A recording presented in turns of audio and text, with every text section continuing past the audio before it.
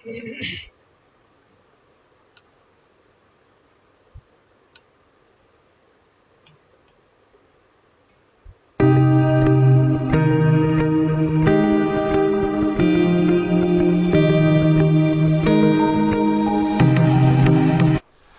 আলাইকুম প্রিয় শিক্ষার্থীরা, আশা করি তোমরা সকলেই ভালো আছো। আমিও ভালো আছি। আমরা সবাই জানি বিশ্ব আজ করোনা ভাইরাসের মহামারীতে আক্রান্ত, আমাদের দেশও তার মধ্যে রয়েছে। এক্ষেত্রে তোমরা সকলেই এখন বাসায় রয়েছো নিশ্চয়ই। এই সময়টুকুতে আমরা যেন অবহেলা করে না কাটাই, সেজন্য Siraj Mia memorial model school কর্তৃপক্ষ তোমাদের এই সময়টুকু কাজে লাগানোর জন্য আমাদের ইউটিউব অনলাইন ক্লাসেস চ্যানেলের মাধ্যমে তোমাদের ক্লাস নেওয়া শুরু করেছে। আশা করি এতে তোমাদের অনেকটা হলেও উপকার হবে। আমি সৈয়দা রাশিদা লতিফ। আজকে তোমাদের যে ক্লাসটি নিব সেটি হচ্ছে পঞ্চম শ্রেণীর বাংলাদেশ ও বিশ্ব পরিচয় ক্লাসটি আমি নিব। অধ্যায় হচ্ছে 12, যার নাম হচ্ছে বাংলাদেশ ও বিশ্ব পরিচয়। তোমরা দেখতে পাচ্ছ নিশ্চয়ই, আমি এখানে বোর্ডে কিছু প্রশ্ন লিখে রেখেছি। আমরা আজকে মোটামুটি এই প্রশ্নগুলো নিয়েই তোমাদের সাথে আলোচনা করব। আশা করি এই প্রশ্নগুলো নিয়ে আমি যতটা আলোচনা করব, তোমরা যদি বাসায় অনুশীলন করো, অবশ্যই তোমরা এই অধ্যায় সম্পর্কে ভালো একটি জ্ঞান অর্জন করতে পারবে এবং তোমাদের পরীক্ষার জন্য প্রস্তুতিও তোমরা সুন্দরভাবে নিতে পারবে। তাহলে চলো আমরা ক্লাস শুরু করি। আমাদের প্রথম প্রশ্নটা দেখো, লেখা আছে জাতিসংঘ কবে প্রতিষ্ঠিত হয়, এর লক্ষ্য উদ্দেশ্যগুলো কি? আসো আমরা প্রথমে জানি জাতিসংঘ কি। আমরা ন্যাচারালি সবসময় শুনে থাকি যে বলে থাকে যে পৃথিবীতে এ পর্যন্ত 2টি বিশ্বযুদ্ধ হয়েছে, প্রথম বিশ্বযুদ্ধ, দ্বিতীয় বিশ্বযুদ্ধ। যুদ্ধ মানেই আমরা জানি মারামারি, হানাহানি, কাটাকাটি। ঠিক তেমনি এই বিশ্বযুদ্ধগুলোর মধ্যেও এরকম ছিল, তবে এটা ছিল দেশের সাথে দেশের। প্রথম বিশ্বযুদ্ধ কাটিয়ে ওঠার পর দ্বিতীয় বিশ্বযুদ্ধ যখন হচ্ছিল, তখন পৃথিবীর অবস্থা খুবই ভয়ঙ্কর পরিণতিতে হয়েছিল। যেমন আমাদের একটা উদাহরণ আমরা জানি, আমরা শুনে থাকি যে জাপানের নাগাসাকিতে হিরোশিমায় বোমা বিস্ফোরিত হয়েছিল, যেখানে প্রচুর মানুষ আহত নিহত হয়েছিল, অনেক মানুষ বিকলাঙ্গ হয়ে গিয়েছিল।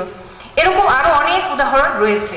ঠিক সেরই ধারাবাহিকতায় তখন বিশ্ববাসী মনে করলো যে না, বিশ্বতে এরকম হানাহানি মানামানি করলে চলবে না, আমাদের একটি শান্তি সংঘ প্রতিষ্ঠা করতে হবে এবং সেই সংঘটির নাম হচ্ছে জাতিসংঘ। জাতিসংঘের প্রথম উদ্দেশ্য এবং লক্ষ্যই হচ্ছে বিশ্ব শান্তি প্রতিষ্ঠা করা।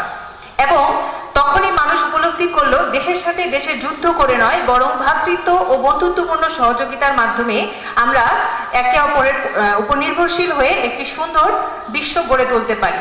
তারই পরিপ্রেক্ষিতে 1945 সালের 24শে অক্টোবর এই জাতিসংঘ প্রতিষ্ঠিত হয়। তাহলে তোমরা নিশ্চয়ই বুঝতে পারছো জাতিসংঘ কবে প্রতিষ্ঠিত হয়। জাতিসংঘ 1945 সালের 24শে অক্টোবর প্রতিষ্ঠিত হয়। এখন আমরা জানবো এর লক্ষ্য উদ্দেশ্যগুলো কি কি। তোমাদের কাছে নিশ্চয়ই তোমাদের পাঠ্য বইটি রয়েছে। তোমরা পাঠ্য বইটি যখন পড়বে তখন পেজ নাম্বার 93-তে যখন যাবা, পেজ নাম্বার 93 উপরে দেখবে লেখা আছে জাতিসংঘের উদ্দেশ্য নিয়ে শিক্ষকের সহায়তায় আলোচনা করি। আমি তোমাদের বইটা একটু দেখিয়ে দিচ্ছি, তাহলে তোমরা আরেকটু ক্লিয়ার হবে। এই যে হচ্ছে আমাদের বইটি, এই বইটি ঠিক এইখানে তোমরা দেখবে জাতিসংঘের লক্ষ্য উদ্দেশ্যগুলো লেখা আছে এবং এখান থেকে আমরা খুব ইজিলি জানতে পারবো যে জাতিসংঘের লক্ষ্য উদ্দেশ্যগুলো কি ছিল, কেন জাতিসংঘ প্রতিষ্ঠা করা হয় এবং এতে আমাদের কি উপকার হয়েছে, কি অপকার হয়েছে। আশা করি তোমরা প্রথম প্রশ্নটা বুঝতে পেরেছো। তাহলে আমরা দ্বিতীয় প্রশ্নে যাচ্ছি। জাতিসংঘের বিভিন্ন শাখার কাজ বর্ণনা করো। আমি এই প্রশ্নটি খুব সংক্ষেপে লিখেছি, কিন্তু এখানে অনেকগুলো প্রশ্ন আছে, তবে আমার এই প্রশ্নের মাধ্যমে আমি তোমাদের এই পুরো জিনিসটাই ব্যাখ্যা করে দিচ্ছি সংক্ষেপে। সেটা হলো জাতিসংঘ যখন প্রতিষ্ঠিত হলো, এটা তো আর একা একা কাজ করতে পারে না। এর জন্য এটার 6টি শাখা বা পরিষদে ভাগ করা হয়েছিল। জাতিসংঘ একা কাজ করতে পারবে না জন্য এর বিভিন্ন শাখাগুলো গঠন করা হয়েছে। সেই শাখাগুলোর নাম কি? সেগুলো হচ্ছে সাধারণ পরিষদ, সচিবালয়, ওসি পরিষদ, নিরাপত্তা পরিষদ, অর্থনৈতিক ও সামাজিক পরিষদ, আন্তর্জাতিক আদালত। এই 6টি পরিষদে 6 ধরনের কাজ রয়েছে। তোমরা ঠিক তোমাদের বইয়ের 92 পেজটায় যখন যাবে, আমি একটু দেখিয়ে দিচ্ছি তোমাদের, তাহলে পড়তে সুবিধা হবে। এই 92 পেজটাতে যখন যাবে এরকম দেখবে সার্কেল সার্কেল করে অনেকগুলো পরিষদ দেয়া আছে, 6টি পরিষদ দেয়া আছে এবং এখানেই লেখা আছে কোন পরিষদের কি কাজ। যেমন আমি তোমাদেরকে বলছি, প্রথমে আমাদের দেয়া আছে সাধারণ পরিষদ। সাধারণ পরিষদের কাজ কি? অ্যাকচুয়ালি জাতিসংঘের প্রধান শাখাটাই হচ্ছে সাধারণ পরিষদ। এই সাধারণ পরিষদে আমাদের ম্যাক্সিমাম কাজটি অর্থাৎ সর্বোচ্চ কাজটি সাধারণ পরিষদ করে থাকে। সাধারণ পরিষদ যে সমস্ত কাজ করে থাকে, যেমন ধরো আমি তো তোমাদের সরাসরি বলে দিলাম সাধারণ পরিষদের কাজ কি। তোমাদের প্রশ্ন এমনও হতে পারে যে জাতিসংঘের একটি প্রধান শাখা রয়েছে যার মাধ্যমে জাতিসংঘ তার সকল কার্যক্রম পরিচালনা করে, উক্ত শাখাটির নাম কি? এরকম প্রশ্ন হতে পারে। তখন তোমরা বলবা উক্ত শাখাটির নাম হচ্ছে সাধারণ পরিষদ। এখন প্রশ্ন যদি আরেকটু করা হয় যে সাধারণ পরিষদের 3টি 2টি কাজ লেখো, তাহলে তোমরা কি লিখবে? তোমরা বইয়ের মধ্যে দেখবে ওখানেই লেখা আছে সাধারণ পরিষদ বিভিন্ন দেশের সমস্যা নিয়ে আলোচনা করে, এটি একটি কাজ। যে কোনো দেশকে শাখার সদস্য নির্বাচন করে, যে কোনো সমস্যা নিয়ে আলোচনা করে, মহাসচিব নিয়োগ করে, এই ধরনের কাজগুলো সাধারণ পরিষদ করে থাকে। এবং সবচেয়ে মজার বিষয় কি জানো, 1986 সালে বাংলাদেশের হুমায়ুন রশিদ চৌধুরী সাধারণ পরিষদের দায়িত্ব পালন করে এবং প্রত্যেক বছর এই সাধারণ পরিষদের একটি করে সাধারণ সভা অনুষ্ঠিত হয়। এবং আমাদের গর্ব যে 1986 সালের হুমায়ুন রশিদ চৌধুরী এই সাধারণ পরিষদের দায়িত্ব পালন করেছিলেন।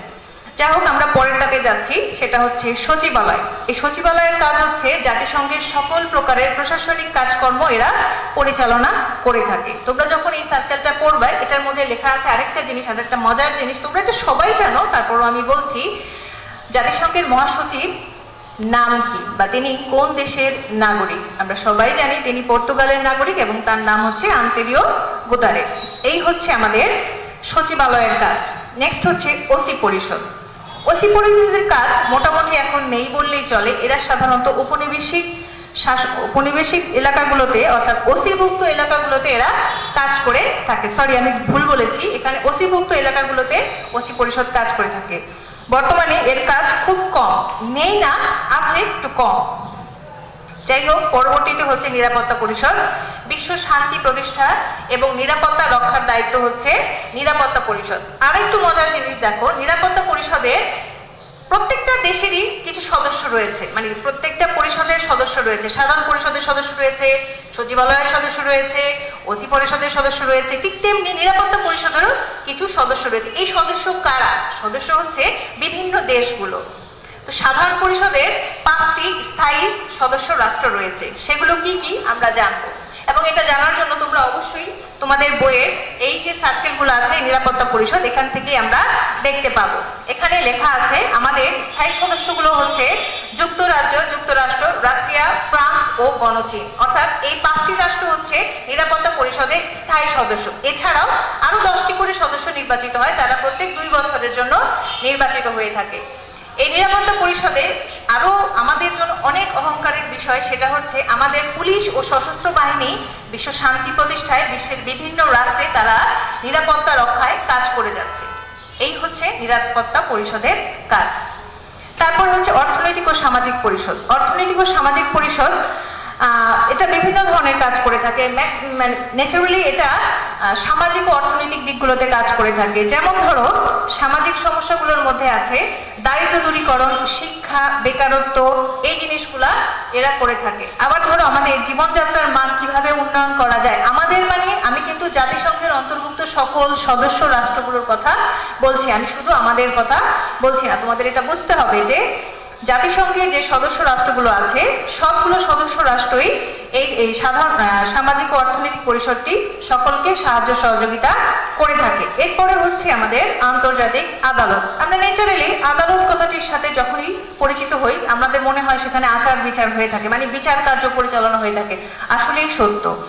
এখানে সদস্য রাষ্ট্রগুলোর যদি সীমানা নিয়ে কোনো বিরোধ দেখা দেয় তাহলে সেই বিবাদ সমস্যার সমাধান করে থাকে হচ্ছে আন্তর্জাতিক আদালতের মাধ্যমে। আমরা 2012 সালের বঙ্গোপসাগরের সমুদ্র সীমা নিয়ে মিয়ানমারের সাথে একটি বিরোধে বাংলাদেশের বিপক্ষে একটি রায় পায়, নিজের পক্ষে মানে বাংলাদেশের পক্ষে একটি রায় পায়। আমরা মায়ানমারের সাথে যে আমাদের সীমানা নিয়ে বিরোধ ছিল সেক্ষেত্রে আমরা আমাদের পক্ষে রায়টি পেয়েছি এবং সেই রায়টি হয় হচ্ছে 2012 সালে এবং এটি পাশ হয় আন্তর্জাতিক আদালতে। আমি খুব সংক্ষিপ্তভাবে তোমাদের এই জিনিসগুলোকে আলোচনা করলাম। এখানে অনেক ধরনের প্রশ্ন আছে, তোমরা যখন প্রত্যেকটা এই পয়েন্টগুলো পড়বে তোমরা নিজেরাই বুঝতে পারবে আসলে প্রশ্নগুলো কি। এর জন্য আমি খুব সংক্ষেপে লিখে দিয়েছি যে জাতিসংঘের বিভিন্ন শাখার কাজের বর্ণনা করতে পারবে। আশা করি তোমরা অনেকটাই বুঝতে পেরেছো। ওকে। ওকে, তাহলে আমরা নেক্সট টপিকে চলে যাই। নেক্সট টপিকটা হচ্ছে বিভিন্ন উন্নয়নমূলক সংস্থার বর্ণনা করা। জাতিসংঘের বিভিন্ন শাখা রয়েছে, এই শাখাগুলো যেমন কাজ করে, এই শাখাগুলোর পাশাপাশি আমরা বিভিন্ন উন্নয়নমূলক সংস্থাও রয়েছে। আমি জানি তোমরা এগুলোর নাম আমরা অনেকেই জানি, যেমন ইউনিসেফ, ফাও, WHO, ইউনেস্কো, এই নামগুলোর সাথে আমরা সবাই পরিচিত। তোমরা তোমাদের বইয়ের ঠিক পেজ নাম্বার 94-তে যখন যাবা তখন ঠিক দেখবা এরকম আবার একটা সার্কেল দেওয়া আছে। এই সার্কেলের মাধ্যমে তোমরা এই জিনিসগুলো আরো ক্লিয়ার হবা। ঠিক এইভাবেই আমরা যেমন জাতিসংঘের বিভিন্ন শাখার কাজগুলো পড়েছি, আমরা বিভিন্ন উন্নয়নমূলক সংস্থার কাজগুলো আমরা এখান থেকে ইনশাআল্লাহ জানতে পারবো বলে আমরা আশা করছি। আমি তোমাদের কয়েকটা ধারণা দিচ্ছি। যেমন ধরো, প্রথম একটি উন্নয়নমূলক সংস্থা হচ্ছে ইউনিসেফ। ইউনিসেফের পুরো নাম হচ্ছে জাতিসংঘ আন্তর্জাতিক শিশু তহবিল। এরা সাধারণত শিশুদের উন্নয়নে কাজ করে থাকে এবং এটার সদর দপ্তর অবস্থিত নিউ ইয়র্ক শহরে, যুক্তরাষ্ট্রের নিউ ইয়র্ক শহরে অবস্থিত। তাহলে ইউনিসেফ ন্যাচারালি যেহেতু শিশুদের নিয়ে কাজ করে, এরা শিশুদের জন্য বিভিন্ন ধরনের কাজ করে থাকে। যেমন শিশুদের প্রতিষেধক টিকার ব্যবস্থা করে, পুষ্টিকর খাবার ব্যবস্থা করে, স্বাস্থ্যসম্মত পায়খানা তৈরি করার ক্ষেত্রে তারা সাহায্য করে। এই ধরনের বিভিন্ন ধরনের কাজগুলো ইউনিসেফ করে থাকে এবং আমাদের দেশে ইউনিসেফ বহু ধরনের কার্যক্রম পরিচালনা করেছে, সেটা আমরা জানতে পারি। তোমরা এটা আরো একটু ছোট্ট জিনিসের মাধ্যমে জানতে পারবে। যেমন ধরো, আমরা সবাই ছোট থেকে মিনা কার্টুন দেখে অভ্যস্ত। এই মিনা কার্টুনটা যখন আমরা দেখি তখন কিন্তু আমরা এখান থেকে অনেক কিছু শিখতে পারি এবং আমরা জানি এটা ইউনিসেফের উদ্যোগে এই কার্যক্রমটি পরিচালনা হচ্ছে। আশা করি তোমরা এটার মাধ্যমে বুঝতে পারবে যে ইউনিসেফ আমাদের দেশে কি কি কাজ করে যাচ্ছে। এরপরে হচ্ছে বিশ্ব ব্যাংক। বিশ্ব ব্যাংকের সদর দপ্তর যুক্তরাষ্ট্রের ওয়াশিংটনে অবস্থিত। এর কাজ হচ্ছে বিশ্বের বিভিন্ন দেশের উন্নয়নে গৃহীত বিভিন্ন প্রকল্পকে সাহায্য করে থাকে। অর্থাৎ কোনো দেশ যদি কোনো বড় প্রজেক্টে বা বড় ধরনের কোনো কাজ করতে চায়, সেক্ষেত্রে যদি তাদের কোনো অর্থনৈতিক সহযোগিতার প্রয়োজন হয়, বিশ্ব ব্যাংক সেই সমস্ত দেশগুলোকে সহযোগিতা করে থাকে। এটা হচ্ছে বিশ্ব ব্যাংকের কাজ। এরকম করে ইউএনডিপি, ইউনেস্কো, বিশ্ব স্বাস্থ্য সংস্থা, খাদ্য ও কৃষি সংস্থা, এই ধরনের সংস্থাগুলো বিভিন্ন ধরনের কাজ করে থাকে। যেমন ধরো, আমি যেমন আরো একটি সংস্থা রয়েছে যেটা এখন আমাদের জন্য সবচেয়ে বেশি গুরুত্বপূর্ণ, সেটি নিয়ে আমি এখন আলোচনা করতে যাচ্ছি। সেটি হচ্ছে বিশ্ব স্বাস্থ্য সংস্থা। এর ইংরেজি হচ্ছে ওয়ার্ল্ড হেলথ অর্গানাইজেশন। তোমরা যখন এই বইটি নিবে তখন দেখবে এখানে অনেক তথ্যই তোমরা পেয়েছো। যেমন এখানে লেখা আছে বিশ্বের 6টি অঞ্চলের কার্যক্রম পরিচালনা করে। অর্থাৎ বিশ্ব স্বাস্থ্য সংস্থা বিশ্বের 6টি অঞ্চলে কার্যক্রম পরিচালনা করে। বাংলাদেশের সংস্থাটি দক্ষিণ পূর্ব এশিয়ার অন্তর্গত। এটি বিভিন্ন ধরনের কাজ করে থাকে। তার মধ্যে আমি তোমাদের একটি অনেক গুরুত্বপূর্ণ কাজের কথা আমরা বলি, সেটা হচ্ছে আমরা ছোটবেলায়, তোমরা তো এখন অনেক ছোট, আমি আমার ছোটবেলার কথা বলছি, অনেক ছোটবেলায় শুনেছি যে বসন্ত হলে মানুষ বাঁচত না, কলেরা হলে মানুষ বাঁচত না, এই ধরনের কথাগুলোর সাথে আমরা পরিচিত ছিলাম। এখন তো আমরা উন্নয়ন বিশ্বে বাস করছি, এখন অনেক কিছু ডেভেলপ হয়েছে। সবচেয়ে মজার বিষয় কি জানো, এই বিশ্ব স্বাস্থ্য সংস্থার উদ্যোগেই আমাদের এই পুরো বিশ্ব থেকে গুটি বসন্তর মতো রোগটিকে আমরা নির্মূল করতে সক্ষম হয়েছি। এখন আর কেউ গুটি বসন্ত হলে মৃত্যুবরণ করে না। এটা হচ্ছে বিশ্ব স্বাস্থ্য সংস্থার একটি অন্যতম সাফল্য আমি মনে করি। যাই হোক, এভাবে করে বিশ্বের বিভিন্ন দেশের স্বাস্থ্য রক্ষার প্রয়োজনীয়তা উপায় সম্পর্কে সচেতন করার জন্য প্রতি বছর 7ই এপ্রিল আমরা বিশ্ব স্বাস্থ্য দিবস পালন করে থাকি এবং এই দিবসটির মাধ্যমে আমরা সকলে আমাদের স্বাস্থ্য সচেতন সম্পর্কে জানতে পারি। বর্তমানে আমরা জানি এই করোনা ভাইরাসের প্রকোপে বিশ্ব স্বাস্থ্য সংস্থা আমাদের বিভিন্ন ধরনের স্বাস্থ্যবিধির গাইডলাইন, প্রত্যেকটি দেশের পরিস্থিতি, এর ভ্যাকসিন কিভাবে কি কাজ করবে, কোন বৈজ্ঞানিক কোন দেশ কিভাবে কাজ করছে, সকল প্রকারের তথ্য আমরা অনলাইনের মাধ্যমে পেয়ে থাকি। তাহলে বুঝতে পারছি যে বিশ্ব স্বাস্থ্য সংস্থা আমাদের জন্য এখন কত বেশি গুরুত্বপূর্ণ। যাই হোক, এরপরটাতে আমরা যাচ্ছি, সেটি হচ্ছে খাদ্য ও কৃষি সংস্থা। খাদ্য ও কৃষি সংস্থা, এটির সদর দপ্তর ইতালির রোমে অবস্থিত।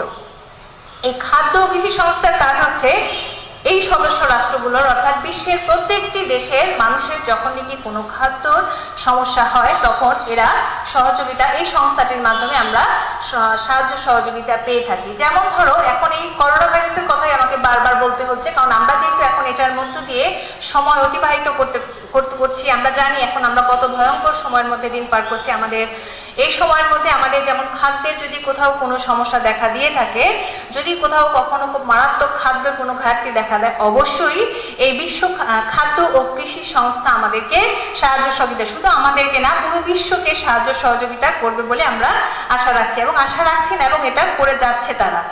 যাই হোক, এরপরে হচ্ছে ইউনেস্কো। আমাদের এটা আরেকটা প্লাস পয়েন্ট। আমি এটা বলার আগে তোমাদের আরেকটু মজার ব্যাপার বলে নিই, সেটা হচ্ছে এই ইউনেস্কো আমরা যে এখন প্রত্যেক 21শে ফেব্রুয়ারি আন্তর্জাতিক মাতৃভাষা দিবস পালন করি, সেটা কে আমাদের স্বীকৃতি দিয়েছে জানো? হ্যাঁ, তোমরা জানো নিশ্চয়ই। এটা হচ্ছে ইউনেস্কো আমাদেরকে এই অনুমোদনটা দিয়েছে এবং যার প্রেক্ষিতে পুরো বিশ্ব আমরা আজকে 21শে ফেব্রুয়ারি আন্তর্জাতিক মাতৃভাষা দিবস পালন করে থাকি। এটা কিন্তু আমাদের জন্য অনেক গর্বের বিষয়। এই সংস্থাটি অর্থাৎ ইউনেস্কো সংস্থাটি হচ্ছে সাংস্কৃতিক ও শিক্ষা বিষয়ক সংস্থা। এর সদর দপ্তর ফ্রান্সের প্যারিসে অবস্থিত। এছাড়াও এই ইউনেস্কো আরেকটা জিনিস করে থাকে, সেটা হচ্ছে বিভিন্ন ঐতিহাসিক স্থান ও নিদর্শনকে এরা বিভিন্ন ধরনের স্বীকৃতি দিয়ে থাকে। যেমন আমাদের দেশের পাহাড়পুর, তারপর সুন্দরবন, এই ধরনের প্রত্নতান্ত্রিক নিদর্শনগুলোকে সংরক্ষণ করা, এদেরকে বিশ্ব দরবারে তুলে ধরা, এই ধরনের কাজগুলো ইউনেস্কো আমাদেরকে সাহায্য সহযোগিতা করে থাকে। এভাবে করে মোটামুটি আমরা জাতিসংঘের বিভিন্ন উন্নয়নমূলক সংস্থাগুলোর কাজ সম্পর্কে আমরা কিছুটা হলেও জানতে পারলাম। তোমরা যখন পাঠ্যপুস্তকটি পড়বে, তোমরা আশা করি এর থেকেও অনেক ভালো করে তোমরা বুঝতে পারবে। তাহলে তোমাদেরকে প্রথম থেকে আমি আবার একটু বলি, জাতিসংঘের বিভিন্ন শাখার কাজ বর্ণনা করো। আমরা জানি জাতিসংঘের 6টি কাজ, ইতিমধ্যে আমি বলে ফেলেছি জাতিসংঘের 6টি শাখা রয়েছে। এই 6টি শাখা, একটি হচ্ছে শাখা, আরেকটি হচ্ছে উন্নয়নমূলক সংস্থা। দুটো কিন্তু দুই জিনিস, এটা তোমাদের মাথায় রাখতে হবে। জাতিসংঘের শাখা হচ্ছে 6টা আর উন্নয়নমূলক সংস্থাগুলো হচ্ছে ইউনিসেফ, ইউএনডিপি, বিশ্ব স্বাস্থ্য সংস্থা, খাদ্য ও কৃষি সংস্থা, ইউনেস্কো, বিশ্ব ব্যাংক। এই 6টা সংস্থা আপাতত তোমাদের বইয়ে এখন দেওয়া আছে। আমরা এই সম্পর্কেই এতক্ষণ জানলাম। আশা করি তোমরা এতে অনেকটাই বুঝতে পেরেছো। আচ্ছা, তারপরে আমরা নেক্সট চলে যাচ্ছি। তোমরা আর একটা মজার জিনিস, সেটা হচ্ছে যে কেস, CASE, তোমরা পেজ নাম্বার, তোমাদের পাঠ্য বইয়ের পেজ নাম্বার 95-এ যখন যাবে, অর্থাৎ 95 পৃষ্ঠায় যখন যাবে, তোমরা দেখতে পাবে এখানে লেখা আছে কেস, অর্থাৎ এর নাম হচ্ছে clean years and sustainable environment, অর্থাৎ বিশুদ্ধ বায়ু ও টেকসই পরিবেশ। এইটি বিশ্ব ব্যাংকের পরিচালনায় পরিচালিত হচ্ছে। এই প্রকল্পটি বিশ্ব ব্যাংকের পরিচালনায় পরিচিত হচ্ছে। এর কাজ হচ্ছে যানবাহন ও ইটের ভাটা থেকে নির্গত যে ধোঁয়াগুলো বের হয়, এই ধোঁয়াগুলোকে দূর করে আমাদের পরিবেশকে সুস্থ রাখা, এটাই হচ্ছে এই সংস্থার কাজ। তার মানে আমরা এই উন্নয়নমূলক সংস্থাগুলোর সাথেও আমাদের আরেকটি সংস্থা সম্পর্কে অবগত হলাম, সেটি হচ্ছে কেস। এখন আমরা পরবর্তী প্রশ্নে চলে যাচ্ছি, যেটা হচ্ছে সার্ক কবে গঠিত হয়। দেখো, জাতিসংঘ আমরা পড়েছি, এখন আমরা পড়বো হচ্ছে সার্ক। এই দুটো পড়ার আগে আমি একটি কথা বলে নেই, সেটা হচ্ছে জাতিসংঘ হচ্ছে একটি আন্তর্জাতিক সংস্থা। আন্তর্জাতিক সংস্থা মানে কি? যেখানে বিশ্বের প্রত্যেকটি দেশ অন্তর্ভুক্ত, এর জন্য এটাকে বলা হয় আন্তর্জাতিক সংস্থা। ঠিক সার্ক হচ্ছে আঞ্চলিক সহযোগিতা সংস্থা। কেন সেটা আমি বলছি। সেটা হচ্ছে সার্কের পুরো নাম হচ্ছে দক্ষিণ এশীয় আঞ্চলিক সহযোগিতা সংস্থা। অর্থাৎ আমরা বুঝতে পারছি এই নামটির মাধ্যমে যে সার্ক পুরো বিশ্ব নিয়ে কাজ করে না, এটা দক্ষিণ এশিয়ার কয়েকটি দেশ নিয়ে কার্যক্রম পরিচালনা করে। এজন্য এটাকে বলা হয় আঞ্চলিক সহযোগিতা সংস্থা। আর জাতিসংঘ হচ্ছে পুরো বিশ্বকে নিয়ে কাজ করে, এর জন্য জাতিসংঘকে বলা হয় আন্তর্জাতিক সহযোগিতামূলক সংস্থা। আর আবারও বলছি, সার্ক হচ্ছে আঞ্চলিক সহযোগিতামূলক সংস্থা। আচ্ছা, এরপরে হচ্ছে 1985 সালের ডিসেম্বর মাসে মাত্র 60টি দেশ নিয়ে এই সার্ক গঠিত হয়েছিল, তাই না? এটা আমরা সবাই জানি, তোমরা বই খুললেও জানতে পারবে যে 1985 সালের ডিসেম্বর মাসে 60টি দেশ নিয়ে সার্ক গঠিত হয়। সেই দেশগুলো কি কি? বাংলাদেশ, ভারত, নেপাল, ভুটান, শ্রীলঙ্কা, মালদ্বীপ এবং পাকিস্তান। এই হচ্ছে আমাদের 60টি দেশ। কিন্তু আরো মজার বিষয় হচ্ছে, এই যে 60টি দেশ নিয়ে যখন গঠিত হলো, 2007 সালে আরো একটি দেশ এই সার্কের সাথে অন্তর্ভুক্ত হলো। বলো তো দেশটির নাম কি? আমি জানি তোমরা বলতে পারবে, দেশটির নাম হচ্ছে আফগানিস্তান। এখন প্রশ্ন করি আমি তোমাদেরকে, সেটা হচ্ছে তাহলে বলো সার্কের বর্তমানে সদস্য রাষ্ট্র কয়টি?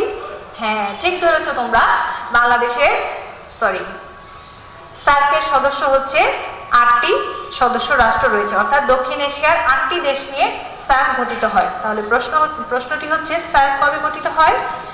1985 সালের ডিসেম্বর মাসের 60টি দেশ নিয়ে সার্ক গঠিত হয়। পরবর্তী 2007 সালে আফগানিস্তান এই সার্কের সাথে অন্তর্ভুক্ত হয় এবং বর্তমানে সার্কের সদস্য সংখ্যা হচ্ছে 8টি। এই হচ্ছে আমাদের সার্ক গঠিত হয় কিভাবে এবং কেন, সেই জিনিসটা আমরা বুঝতে পারলাম। নেক্সট কোশ্চেন হচ্ছে এর লক্ষ্য উদ্দেশ্যগুলো কি কি? ঠিক যেমন আমরা এই জাতিসংঘের লক্ষ্য উদ্দেশ্যগুলো পড়েছি, ঠিক তেমনি সার্কেরও লক্ষ্য উদ্দেশ্য রয়েছে। সার্কের লক্ষ্য উদ্দেশ্যগুলোর মধ্যে যে আমি তোমাদের টোটাল জিনিসটাকে খুব সংক্ষিপ্ত আকারে বলে দিচ্ছি, সেটা হচ্ছে জাতিসংঘ পুরো বিশ্ব নিয়ে কাজ করে, ইজ ইট?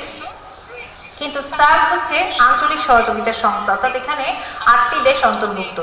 এই 8টি দেশের কাজ হচ্ছে এই জাতিসংঘের সাথে সমন্বয় করে কাজ পরিচালনা করা, অর্থাৎ এখানে সামাজিক, অর্থনৈতিক, ধর্মীয় সকল ধরনের কার্যক্রমগুলো যখন পরিচালনা করে সার্কের অন্তর্ভুক্ত দেশগুলো আগে এগুলা নিজেরা আলোচনার মাধ্যমে তারপর জাতিসংঘের কাছে সমন্বয় করে তারপরে তারা কাজগুলো পরিচালনা করে, সদস্য রাষ্ট্রগুলোর উন্নয়ন কাজে তারা অংশগ্রহণ করে থাকে। এভাবে করে সার্ক বিভিন্ন ধরনের কাজ করে থাকে। তারপরে তোমাদের সুবিধার্থে আমি তোমাদেরকে একটু দেখিয়ে দিচ্ছি। এই যে পেজ নাম্বার হচ্ছে 96, পেজ নাম্বার 96 নিচের অংশে তোমরা দেখতে পাবে এখানে সার্কের লক্ষ্য উদ্দেশ্যগুলো দেয়া আছে, যার মধ্যে প্রথম উদ্দেশ্যটি লেখা আছে সদস্য দেশগুলোর অর্থনৈতিক, সামাজিক ও সাংস্কৃতিক অবস্থার দ্রুত উন্নয়ন করে। অর্থাৎ এই যে সার্কের 8টি দেশ রয়েছে, এই 8টি দেশের অর্থনৈতিক, সামাজিক ও সাংস্কৃতিক উন্নয়ন কিভাবে খুব দ্রুত গতিতে করা যায় সেই ধরনের কার্যক্রমগুলো তারা পরিচালনা করে থাকে। এরপরে হচ্ছে দেশগুলোর বিভিন্ন বিষয়ে আত্মনির্ভরশীল হতে সাহায্য করে। আত্মনির্ভরশীল মানে কি? অর্থাৎ সে প্রত্যেকটি দেশ যেন নিজে ডেভেলপ করতে পারে, নিজের পায়ে দাঁড়াতে পারে, নিজের অর্থনৈতিক, সামাজিক অবস্থা উন্নয়ন করতে পারে, মাথাপিছু আয় বাড়াতে পারে, অর্থনৈতিক উন্নয়ন করতে পারে, জীবনযাত্রার মান উন্নয়ন করতে পারে, শিক্ষার হার বাড়াতে পারে। এই জিনিসগুলো যেন প্রত্যেক রাষ্ট্র নিজে নিজে তার দায়িত্বে করতে পারে, এটাকেই বলা হয় আত্মনির্ভরশীলতা। এর জন্য সার্ক এই 8টি দেশের অর্থাৎ সদস্য রাষ্ট্রগুলো যেন আত্মনির্ভরশীলমূলক কাজের মাধ্যমে নিজেদেরকে প্রতিষ্ঠিত করতে পারে, এই ধরনের কার্যক্রম সার্ক পরিচালনা করে থাকে। আবার ধরো আরেকটা পয়েন্ট রয়েছে, বিভিন্ন আন্তর্জাতিক সংস্থার সাথে সহযোগিতাপূর্ণ সম্পর্ক করার মাধ্যমে দেশগুলোর উন্নয়ন সাধন করে। যেমন আমি তোমাদের ঠিক একটু আগে বলেছি যে এই সদস্য রাষ্ট্রগুলো তাদের যে কোনো ধরনের সমস্যা বা তাদের যে কোনো কাজ এই জাতিসংঘের প্রত্যেকটা বা জাতিসংঘের বিভিন্ন শাখা বা বিভিন্ন উন্নয়নমূলক সংস্থা এদের সাথে সমন্বয় করে তারা কাজটি সম্পাদন করে থাকে। এরপরে হচ্ছে দেশগুলোর মধ্যে ভ্রাতৃত্ব সৃষ্টি ও পরস্পর মিলে থাকা, অর্থাৎ যে 8টি দেশ সার্কের অন্তর্ভুক্ত এই দেশগুলো পরস্পর বন্ধুত্বমূলক সম্পর্কে আবদ্ধ থাকবে, এখানে কোনো মারামারি, হানাহানি থাকবে না। এভাবে করে আরো বিভিন্ন ধরনের পয়েন্ট রয়েছে। আশা রাখি তোমরা অনেকটাই ক্লিয়ার হয়েছো। এখন আমি সর্বোপরি তোমাদের সাথে এই অধ্যায়টা নিয়ে আরেকটু কথা বলতে চাই, সেটা হচ্ছে আমরা আজকের এই ক্লাসটুকুর মাধ্যমে জানতে পারলাম জাতিসংঘ কবে প্রতিষ্ঠিত হয়, এর লক্ষ্য উদ্দেশ্যগুলো কি। ঠিক তেমনি আমি যদি আবার শেষের প্রশ্নটায় আসি, সেটাতে দেখতে পাচ্ছি সার্ক কবে গঠিত হয় এবং এর লক্ষ্য উদ্দেশ্যগুলো কি।